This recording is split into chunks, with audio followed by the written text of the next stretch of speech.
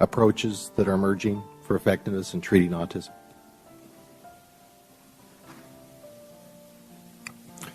There's certainly some therapies in terms of behavioral interventions and other kinds of things that are emerging, that are being developed. In terms of something like a medical therapy, I think we're much farther away from those kinds of interventions, though one would hope that eventually we would have those to offer as well. Why did the FDA and HHS take thimerosal out of all the children's vaccines except just the one or two or three? I mean, I'd just like to know why they took the thimerosal out if there was no problem and leave it in just a couple. I think neither of us are vaccine experts, and we'd be happy to look into that and provide additional information. Well, I'd like to have an answer, because I think most people would really like to know. One of the witnesses told me that the fugitive doctor had been involved in a couple studies with CDC, and I have information here that he was involved in 21 of the 24 studies. And I would like to submit that to the record, Mr. Chairman. Without objection, so ordered. Thank you. Again, I'd like to... Do you all solemnly swear or affirm the testimony you're about to give will be the truth, the whole truth, and nothing but the truth? I have carefully viewed and all answered in the affirmative. Please take your seats. I'm here because of my grandson, Christian, who's now 11 years old. And my daughter, Katie, is sitting back here, and my wife, Suzanne. And he was a boy that was 2 years old, and we thought he was very precocious. He seemed to be brighter than average. He walked early. He had enormous vocabulary, and then he lost everything. And I'll tell you, without any secret, that my daughter, firmly believes that vaccines were the relationship that triggered him into this pit. So we lost a little boy that we knew. It wasn't like he was a disabled person who got more disabled. He was a boy, and we lost him. And I sat at meetings similar to the meeting you're having here, where I would ask questions about autism. I went to universities, I went to medical schools, and I got the worst answers imaginable. Actually, I heard some of the same answers here just a few minutes ago in the panel. They must be they're on a Twitter thing or something. The Autism Society is about helping people today and preparing them for tomorrow. And we believe that government services, if funded by government dollars, should have focus on advancing an individual's quality of life in measurable and meaningful ways. We need to re-examine how government services can be provided, not on a limited definition of services, but rather based on an individual's needs. The need for adult service is extensive. When you talk about a fiscal cliff, the greatest cliff that occurs in our community is that when a person turns 21 and absolutely no services are available for that person when they need. A piece of information just came to my attention. The Senate just passed the TRICARE Amendment, restoring all military personnel ABA therapy, whether retired or in service. It's taken 5 years to do that. 5 years. Yeah. Before 1930, the rate of autism in the world and in America was effectively zero. Today, nearly 70 years after Connor's paper, reported autism rates are 1 in 88. In New Jersey, 1 in 29 boys born in 2000 were diagnosed as autistic. What's going on? Why are so many American children sick? I think we have to face reality. We need to be clear. Autism is a public health crisis of historic proportions, worse than poliomyelitis. It's devastating a generation of children and their families.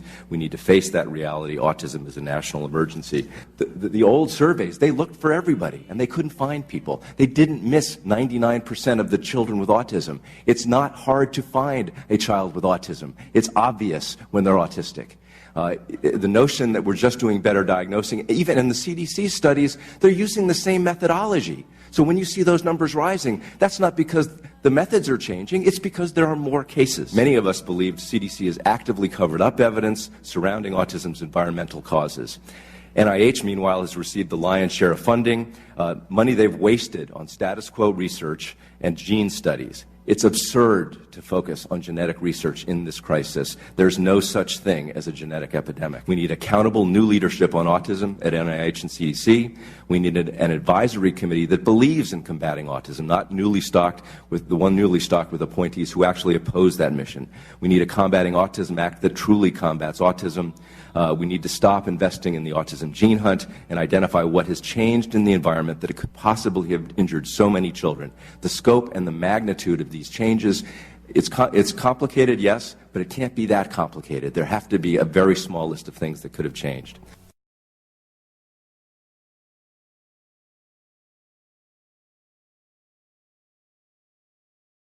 It's complicated, yes, but it can't be that complicated. There have to be a very small list of things that could have changed.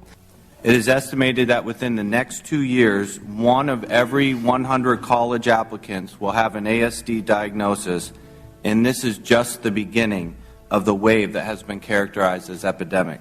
As a provider and a father, I strongly feel we need to act now before the task before us becomes insurmountable. And I hope to be able to stress the negative consequences on us all when so many are enduring financial, logistical, and emotional stresses of a magnitude that might surprise you. I ask this administration, as well as our community, to lead and to help these constituents in such a way that will not just be acceptable to the polls or pander to any ill-conceived notion that an injustice was done or that there's something in the water. I cannot stress enough my disappointment that the conversation on vaccines is still evident. The attention paid to the needs of us here today is laughably small. Now, I'm not here to speak for all autistic people. That's impossible.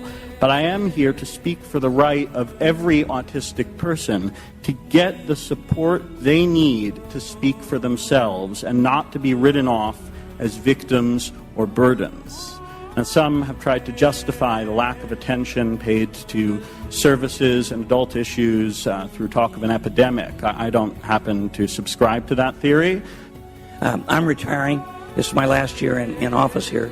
Been here 30 years, but my last year. But I want you to know, any of you that have need any of your organizations, you get a hold of me, and I'll do everything I can to help you, because this is something I feel very strongly about.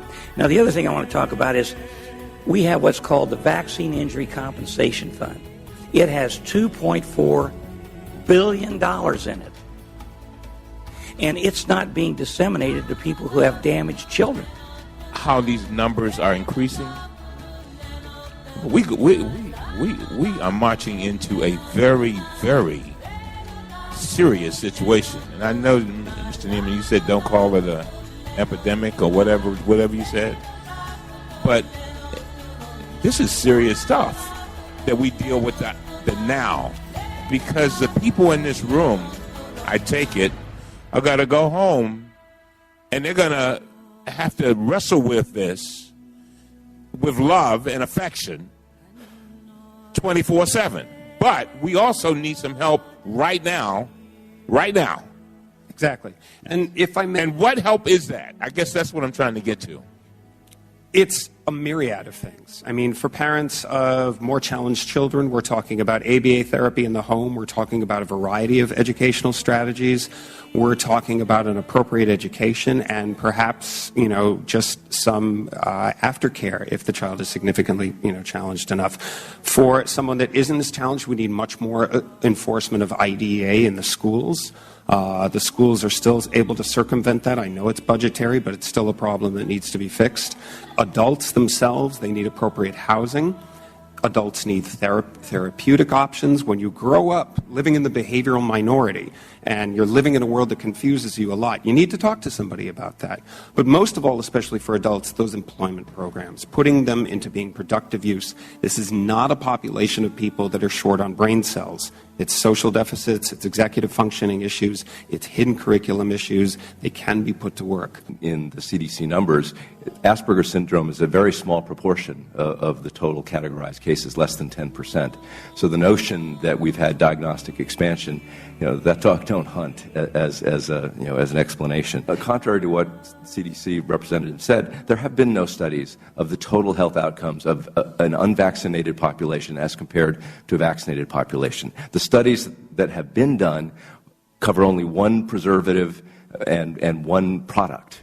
We haven't looked at combinations, we haven't looked at the totality, and those studies are often done poorly. We've got this interagency autism coordinating committee that the government has, but it seems to be missing the mark if we can be so far off on this. So Give me your impression of what we should be doing right. What we need is a national strategic plan. One of the things with aging parents, and particularly we now have a large group of individuals, 80s, 90s, who are the primary caretaker for an adult child, 60 or 70. The portability of Medicaid is a major issue because sometimes when that person needs a caretaker, if that's the condition, the caretaker lives in another state, the individual moves to the state and has to get put on a waiting list. It could be 5-6 years, which just makes absolutely no sense to us. But as they age out, we're facing a tsunami of unmet needs for services, desperate families, aging parents, and the nightmare of every parent. If late at night at the bar when you're talking about these things at get-togethers, is what happens when I die? What's going to happen to my child when I die? Because the vast majority of these children can't advocate for themselves, or when they become adults, they're going to be disabled, they're going to be dependent, they can be abused, they can be taken advantage of and not cared for, and with often tragic outcomes. And we haven't begun to see the wave of difficulties that we're going to face. If we're going to have rational policy, we need to face up to that, and it's going to be a massive problem. And that's an indication that wherever there is life, I've been told, that there is hope.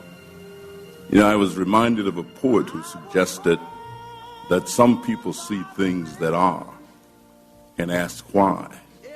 But I dream of things that have never been and ask why not. And it seems to me that you're saying, why can't we have the services that we need? Why can't we have the kind of diagnosis that are accurate and give us the best chance and the best possibility? Why can't we even find, although we know it's difficult, we know that resources are scarce, that money is short, but we also know that priorities determine how we use whatever resources that they are. And so you're asking, really, all of those questions. I am one who believes that this fellow Sam Cooke was probably pretty accurate when he wrote the words about change coming. When he said that I was born by the river in a little tent. And just like that river, I've been running ever since. It may be a long time coming, but I know some change is going to come. As promised, this was a long and well worthwhile hearing. We learned a great many things that both we and the public were not aware of. We didn't have an opportunity to hear from witnesses who had genetic links that they could see in their own families. We certainly did not hear from the witnesses who are women who recognize in their own lives that the under-evaluation because of perhaps differences in behavior between men and women lead there to be a discrepancy in recognition and a discrepancy in perceived challenge to women versus men.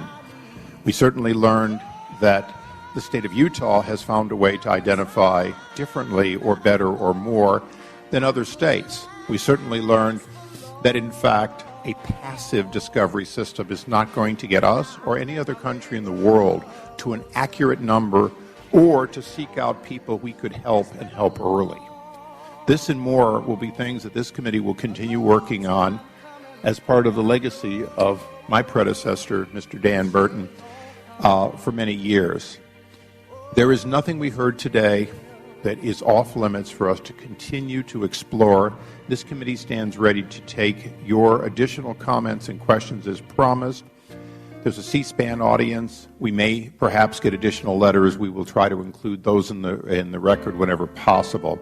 Lastly, I don't believe we covered every interest group either with our witnesses or here today. So because there are so many organizations involved that want to be heard, I would only ask all of you, when you work with other organizations or groups of individuals, that you explain to them that this committee will have a permanent staffing, at least as long as I'm chair, to try to continue to consolidate information and to get government to do its job more effectively, more efficiently, and if at all possible, find additional